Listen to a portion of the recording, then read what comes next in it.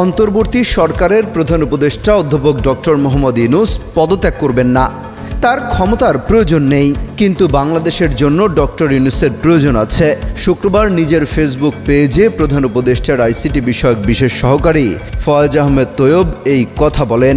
সেই সঙ্গে তিনি সরকারকে রাজনৈতিক দলগুলোর সঙ্গে আরও নিবিড়ভাবে নিয়মিত আলোচনায় বসতে, তাদের মতামত নিতে এবং কোনো ধরনের বিচ্ছিন্নতা এড়িয়ে চলার পরামর্শ দিয়েছেন ফয়েজ আহমেদ।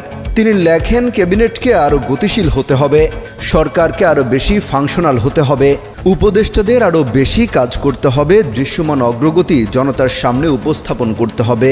এ ব্যাপারে কোনো দ্বিমত থাকতে পারে না। আমাদেরকে দেখাতে হবে যে গণঅভ্যুত্থান পরবর্তীতে জনতার সম্মতিতে ক্ষমতায় এসে প্রফেসর সাফল্য দেখিয়েছেন।